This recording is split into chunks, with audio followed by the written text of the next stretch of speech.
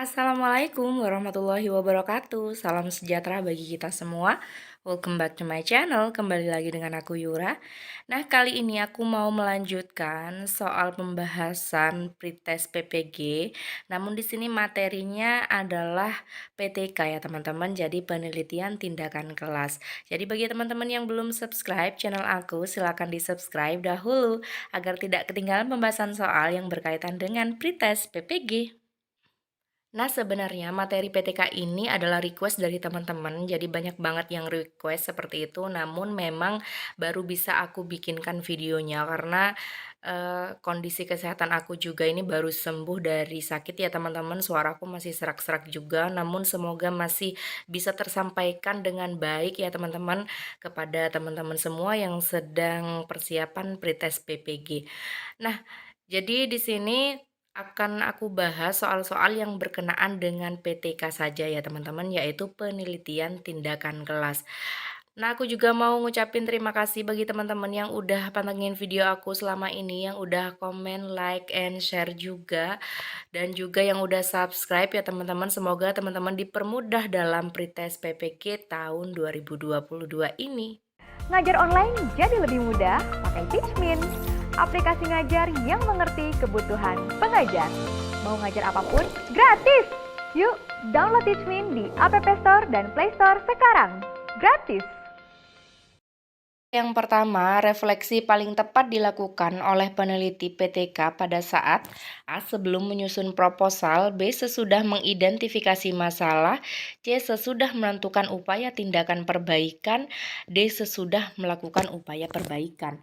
Nah, kita lihat di sini ya teman-teman, yang ditanyakan adalah tahap refleksi. Nah, seperti kita ketahui tahap refleksi ini adalah tahap terakhir ya teman-teman. Jadi yang pertama adalah perencanaan, yang kedua adalah pelaksanaan ya teman-teman, yang ketiga adalah observasi atau pengamatan, yang terakhir baru refleksi. Nah, refleksi ini dilakukan di akhir. Nah, kita cari di sini teman-teman yang dilakukan di akhir seperti itu. Nah, kita lihat opsi yang A, sebelum menyusun proposal. Nah, proposal ini dilakukan di awal ya teman-teman, proposal PTK.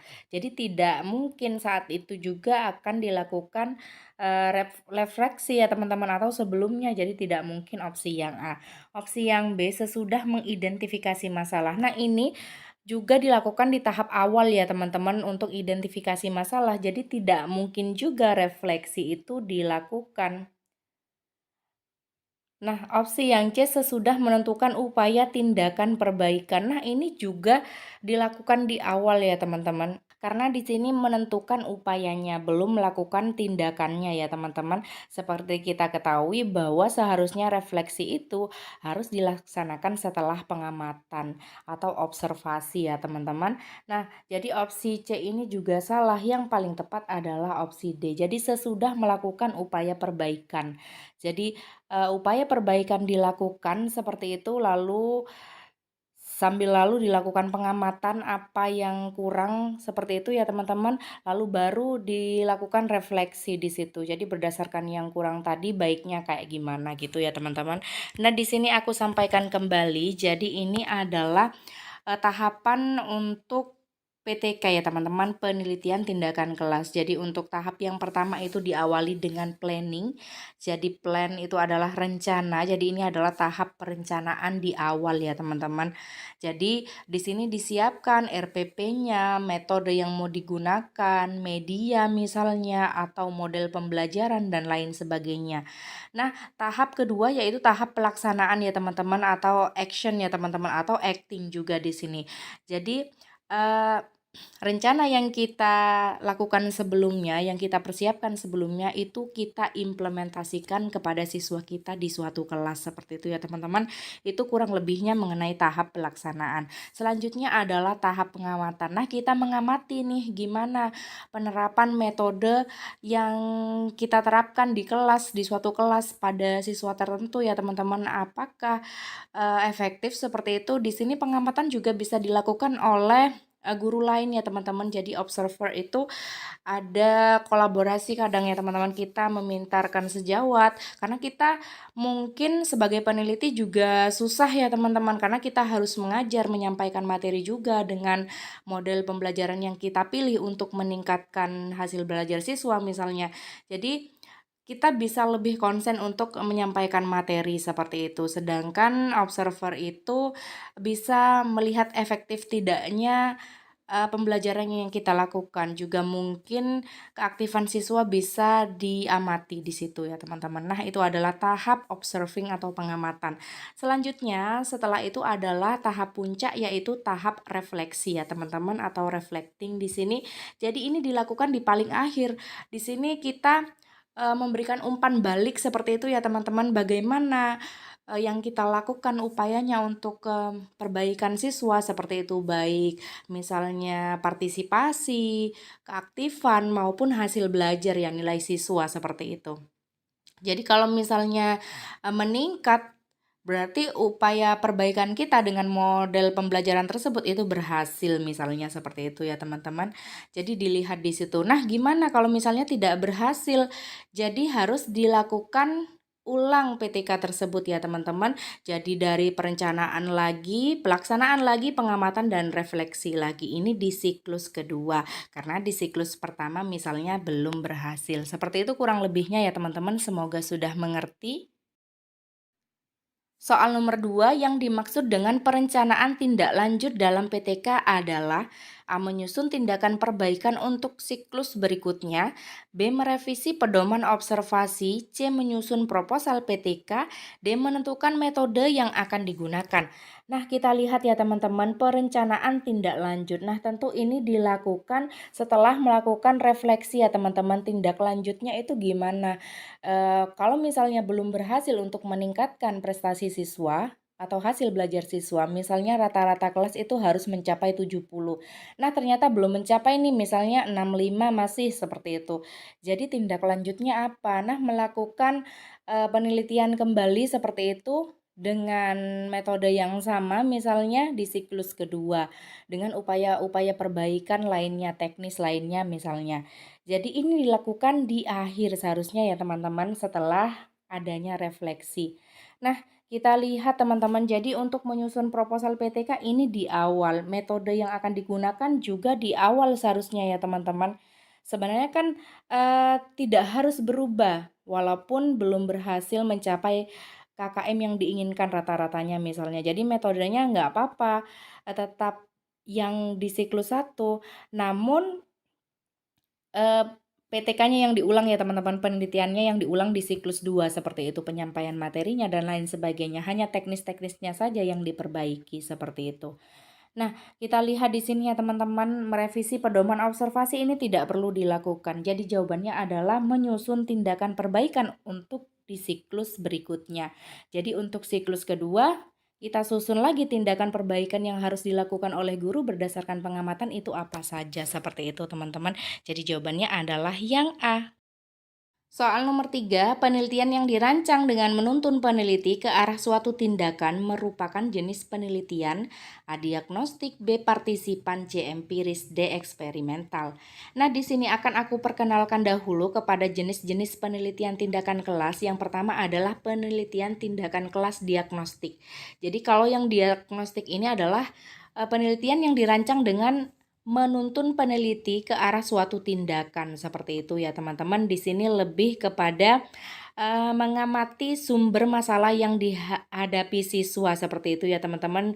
Dari kegiatan mengamati tersebut, kemudian menganalisis semua data dan memberikan rekomendasi tentang penyelesaian atas masalah tersebut atau konflik tersebut ya teman-teman. Namanya adalah diagnostik seperti itu. Jadi mendiagnosa masalah-masalah siswa lalu merencanakan apa yang seharusnya dilakukan untuk menyelesaikan masalah yang dihadapi siswa tersebut ya teman-teman. Itu adalah PTK diagnostik. Nah, selanjutnya adalah PTK partisipan ya teman-teman. Dari kata partisipan ini berarti kan orangnya. Nah, orangnya di sini adalah penelitinya harus ikut terlibat langsung untuk yang partisipan ya teman-teman, dari awal penelitian sampai akhir, dari perencanaan, lalu juga dari pelaksanaan, dari pengamatan dan juga akhir refleksi peneliti di sini atau gurunya ya teman-teman, karena kalau PTK ini adalah gurunya sendiri seperti itu yang melakukan harus terlibat langsung, itu masuk kepada yang PTK partisipan. Selanjutnya adalah PTK empiris ya teman-teman. Kalau yang empiris ini adalah berkenaan dengan catatan dan pengumpulan pengalaman peneliti dalam pekerjaan sehari-hari. Jadi itu masuk kepada PTK yang empiris. Ini sebenarnya jarang dibuat ya teman-teman.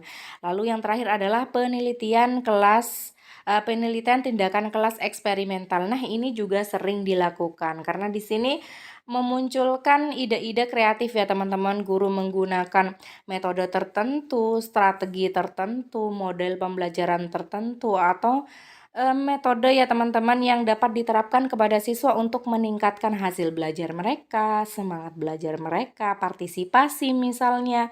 Jadi yang digunakan adalah ini ya teman-teman, strategi, teknik, model, metode, dan lain sebagainya. Itu adalah eksperimental, dari kata eksperimen ya teman-teman. Jadi guru bereksperimen, apakah metode ini dapat bisa meningkatkan hasil belajar siswa seperti itu. Itu masuk kepada PTK yang eksperimen. Sekarang kita kembali lagi ke soal nomor 3. Nah, di sini penelitiannya dirancang menuntun peneliti ke arah suatu tindakan. Nah, tadi ini masuk kepada yang diagnostik ya, teman-teman. Jadi kita lihat kembali, ini masuk kepada yang diagnostik.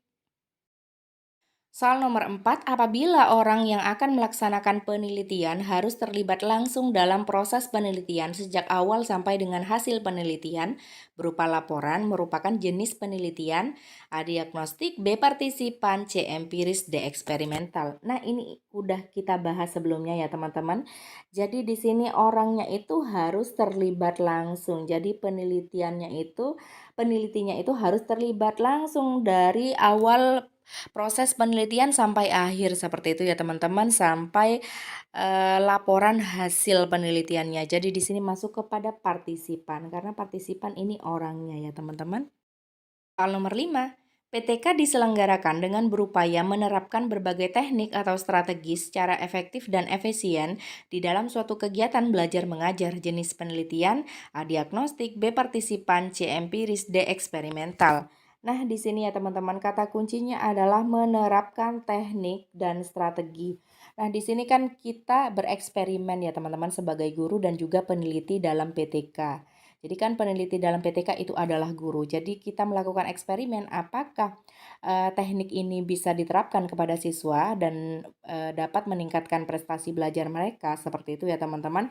Jadi di sini masuk kepada yang penelitian eksperimen. Soal nomor 6, berikut adalah kriteria yang perlu dipertimbangkan sebelum menentukan apakah masalah yang muncul di kelas layak diteliti atau tidak, kecuali A. Masalah pembelajaran bersifat spesifik dan bermanfaat bagi siswa, B. Guru mampu untuk melaksanakannya, C. Relevan dengan pengembangan sekolah, D. Mendapat persetujuan dari kepala sekolah. Nah, di sini yang diminta adalah kecuali ya teman-teman. Jadi di sini yang perlu dipertimbangkan kriterianya ya teman-teman. Jadi kalau yang A itu pasti masuk ya teman-teman. Jadi kita harus pastikan dahulu masalah pembelajarannya ini benar-benar dirasakan oleh siswa di kelas tertentu misalnya ya teman-teman. Jadi harus bersifat spesifik.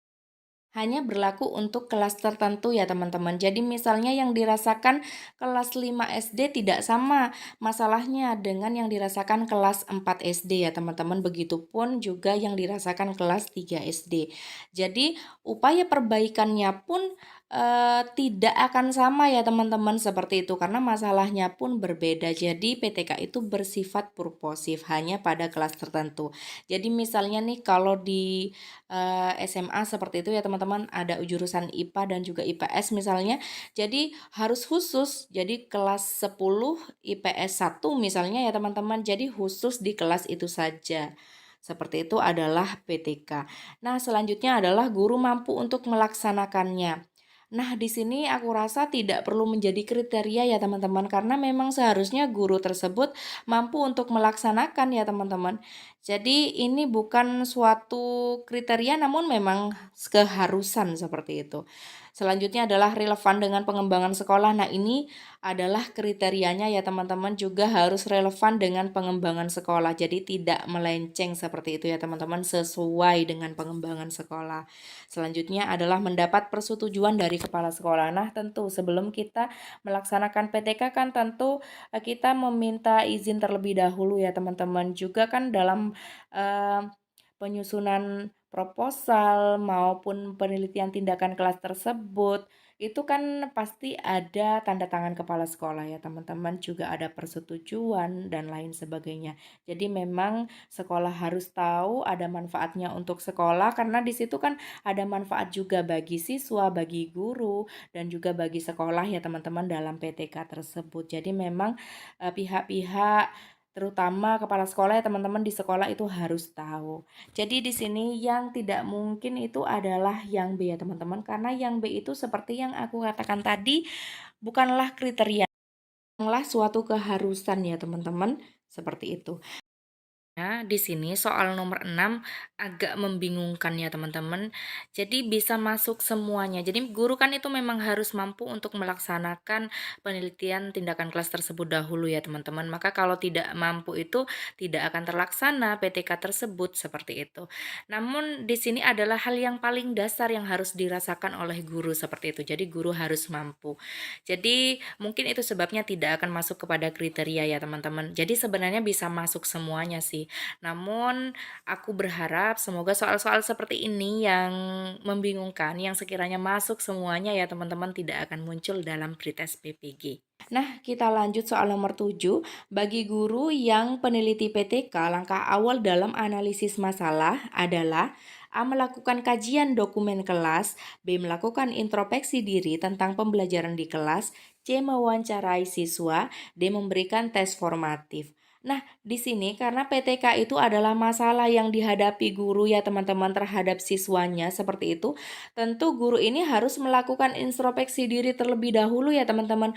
Loh kok siswa aku nilai di mapel aku nih rendah ya teman-teman, misalnya di kelas tertentu. Nah, apakah metode yang aku gunakan ini kurang sesuai seperti itu untuk diterapkan di kelas tersebut? Apakah media yang aku gunakan kurang bagus seperti itu ya teman-teman, kurang menarik sehingga siswa tidak tertarik untuk mengikuti mata pelajaran aku. Jadi yang harus dilakukan pertama itu sebagai langkah awal untuk menganalisis masalah yang terjadi di situ adalah melakukan introspeksi diri tentang pembelajaran di kelas ya teman-teman. Itu adalah langkah awalnya. Jadi misalnya masalahnya itu bukan hasil belajar yang rendah. Jadi misalnya partisipasinya kurang. Jadi yang aktif itu dari 30 orang hanya 5 orang saja yang menjawab seperti itu.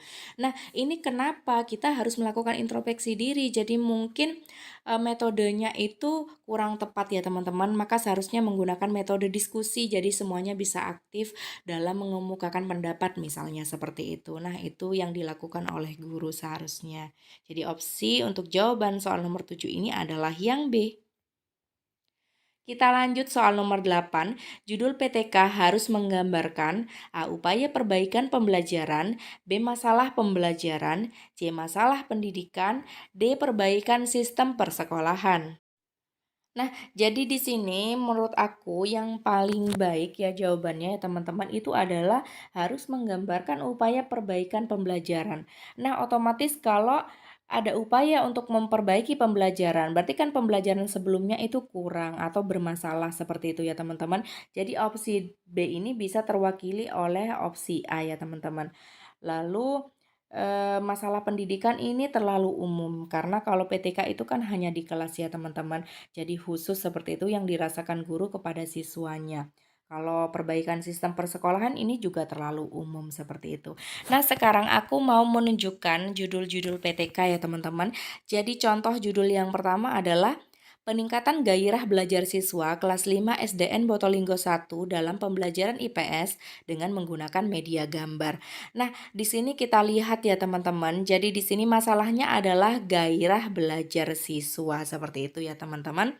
Nah, untuk yang judul PTK yang kedua ini lebih lengkap lagi. Ada tapelnya ya teman-teman, tahun pelajaran. Jadi peningkatan hasil belajar siswa kelas 11 MIPA 1 SMA 1 Wuluh dengan penerapan model pembelajaran Project Based Learning tahun pelajaran 2010-2011.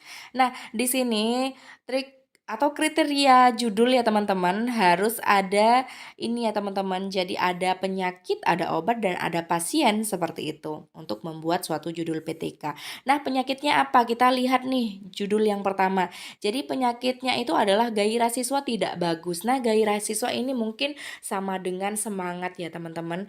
Jadi juga berkenaan dengan partisipasi yang kurang, yang rendah, seperti itu keaktifan, itu berkenaan dengan gairah siswa. Jadi misalnya menurun atau kurang baik itu adalah penyakitnya atau masalahnya ya teman-teman yang ada di suatu kelas tertentu misalnya. Nah, di sini harus ada obatnya teman-teman. Nah, obatnya apa? Penggunaan media gambar di sini. Jadi di sini berkenaan dengan media ya teman-teman. Lalu pasiennya siapa? Jadi kalau ada yang sakit ada obatnya, siapa dong yang mau diobatin ya teman-teman? Jadi harus ada pasiennya.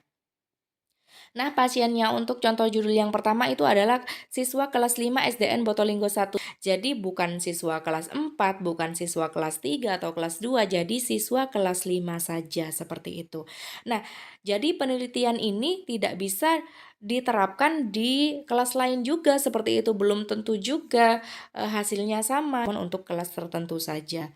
Nah, untuk judul yang kedua kita lihat di sini penyakitnya adalah hasil belajar yang rendah atau hasil belajar yang buruk, hasil belajar yang tidak mencapai KKM, sama aja ya teman-teman. Lalu obatnya apa?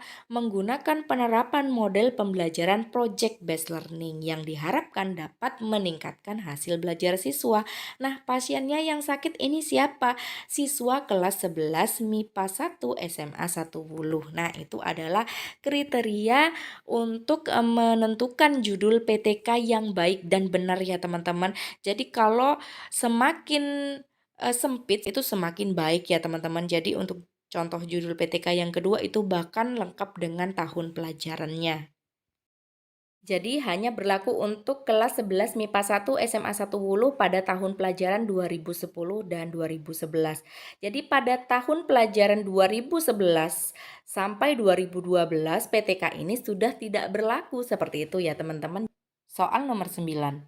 Dibandingkan dengan penelitian formal, sampel yang digunakan dalam PTK termasuk jenis A. Sampel representatif, B. Sampel purposif, C. Sampel acak, D. Kasus khusus yaitu kelas. Nah, di sini ya teman-teman seperti yang aku contohkan sebelumnya di contoh judul PTK ya teman-teman. Jadi sampel yang digunakan itu adalah suatu kelas ya teman-teman. Jadi tidak akan sama kelas yang satu dan yang lainnya. Jadi PTK ini, penelitian ini dilakukan di satu kelas saja seperti itu. Misalnya tadi 11 MIPA 1 ya teman-teman. Atau juga kelas 10 OTKP 1 seperti itu ya teman-teman. Jadi satu kelas itu aja seperti itu. Nah, itu tidak bisa diterapkan di kelas lainnya. Jadi kalau misalnya di SD kelas 5 aja. Kalau kelas 4, kelas 3 ya tidak seperti itu ya teman-teman, tidak berlaku dan belum tentu juga berlaku, harus dilakukan penelitian tindakan kelas lainnya seperti itu. Jadi di sini jawabannya yang paling benar adalah opsi yang D.